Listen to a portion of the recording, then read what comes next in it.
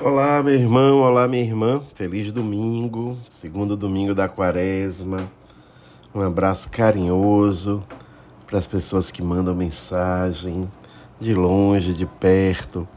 Hoje uma amiga me mandou mensagens de uma prima, né, que está feliz e que tem assistido, participado, né, desse nosso momento lá em São Paulo.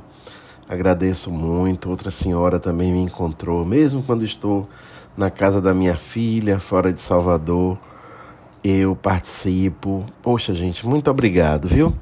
Muito obrigado a quem participa, quem envia, e aí quem recebe começa a participar, e a gente vai criando essa onda, né? Onda da palavra de Deus. Que maravilha. Eu louvo a Deus por isso. Espero que você tenha e desejo, peço a Deus que você tenha um santo domingo. Repito mais uma vez, o lugar privilegiado para viver um domingo santo é na sua comunidade, participando da Santa Missa, celebrando e recebendo a Eucaristia. Esse é o lugar fundamental. E depois o descanso, e depois, não é, a parte mesmo do lazer na sua vida. É o dia do Senhor, é o dia da comidinha gostosa, é o dia da convivência com a família, é o dia daquele descanso bom do domingo à tarde, porque segunda-feira vem aí. Então, Deus pensou nisso para você. O nosso Deus tem tanto amor que pensou nisso para cada um de nós. É preciso descansar. O descanso é criação de Deus. O descanso é necessidade humana básica e, como Deus entende, sobremaneira da nossa humanidade, Ele pensou que era necessário um dia de descanso. E o dia de descanso é o dia dele. É o dia do louvor a Deus, o dia do respeito ao corpo, à alma, né? A necessidade fundamental do descanso. Então, viva bem esse domingo, nas 3 dimensões, o espírito, o corpo, a alma. Viva bem em família, viva bem com seus amigos, viva bem na praia, viva bem descansando em casa, depois da Eucaristia ou antes da Eucaristia. Viva bem o seu domingo com a Eucaristia. Deus te abençoe. Vamos pedir o Espírito Santo de Deus que venha sobre nós, iluminando, regando, dando sentido, aquecendo, refrescando, revigorando, renovando, restaurando, fazendo com que esse momento de escuta da palavra, esse momento de oração na vida, na ciranda do amor, da amizade, seja um momento revigorador, um momento restaurador, um momento de forças novas.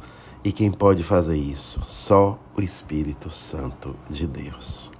Vinde, Espírito Santo, dai-nos da tua presença, da tua força, do teu vigor. Vinde, Espírito Santo, iluminar o que é escuro, regar o que está seco, enternecer o que está duro e árido.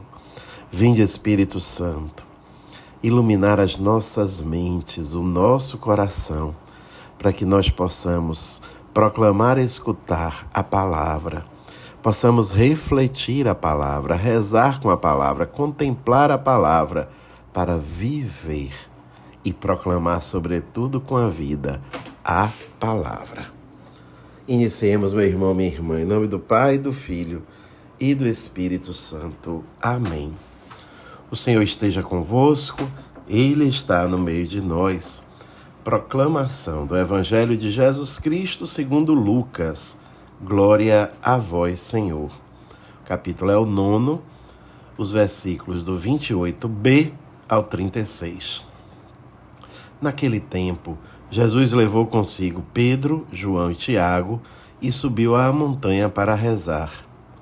Enquanto rezava, seu rosto mudou de aparência e sua roupa ficou muito branca e brilhante.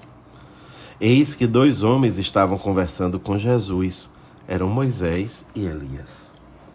Eles apareceram revestidos de glória e conversavam sobre a morte que Jesus iria sofrer em Jerusalém.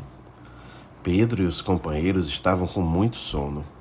Ao despertarem, viram a glória de Jesus e os 2 homens que estavam com ele.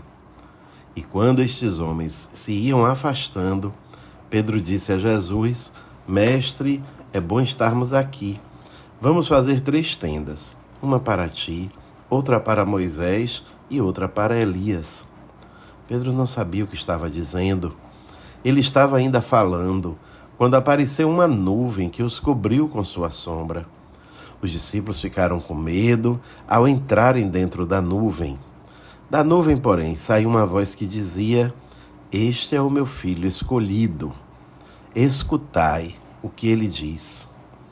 Enquanto a voz ressoava, Jesus encontrou-se sozinho. Os discípulos ficaram calados e naqueles dias não contaram a ninguém nada do que tinham visto. Palavra da salvação. Glória a vós, Senhor.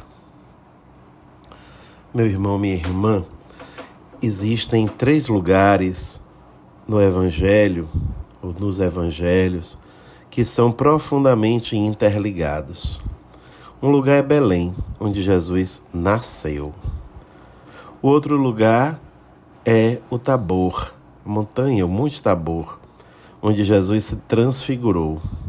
E o terceiro lugar é Jerusalém, também o Monte Gólgota, onde Jesus foi crucificado e em Jerusalém ressuscitou. Os 3 lugares estão intimamente ligados, porque Jesus nasceu em vista de nos salvar. E para nos salvar, ele teria que chegar a Jerusalém, onde seria crucificado. Belém, falamos isso aqui no Natal, né? Belém e Jerusalém são intimamente ligados. Manjedoura e cruz são intimamente ligados. Mas veja o que Jesus fez. O Evangelho de Lucas é chamado o Evangelho do Caminho, porque nele todo Jesus caminha em direção a Jerusalém. Pois no meio do caminho, aproximando-se de Jerusalém, Jesus chama esses 3 que estão sempre ali com ele, mais próximos, os mais próximos dos próximos, João, Tiago e Pedro, e chama para eles subirem, irem ao Monte Tabor, onde ele se transfigurou. Veja bem, Jesus se transfigurou como quem diz: olha, vocês agora estão me vendo transfigurado, mas logo vocês me verão desfigurado, crucificado. Mas atenção, a transfiguração serve para dizer a vocês que a crucifixão não é a palavra definitiva, mas a ressurreição.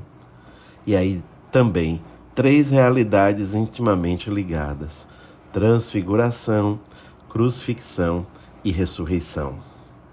De certa forma, Jesus preparava os discípulos para a dor, para a cruz, apresentando para eles um horizonte, porque a transfiguração é antegozo de ressurreição. Então Jesus está dizendo: eu sofrerei, vocês sofrerão com o meu sofrimento, mas vejam como eu estou transfigurado. Este que aqui está transfigurado estará ressuscitado. Ele não disse nada disso, mas é essa a mensagem que está ali na transfiguração.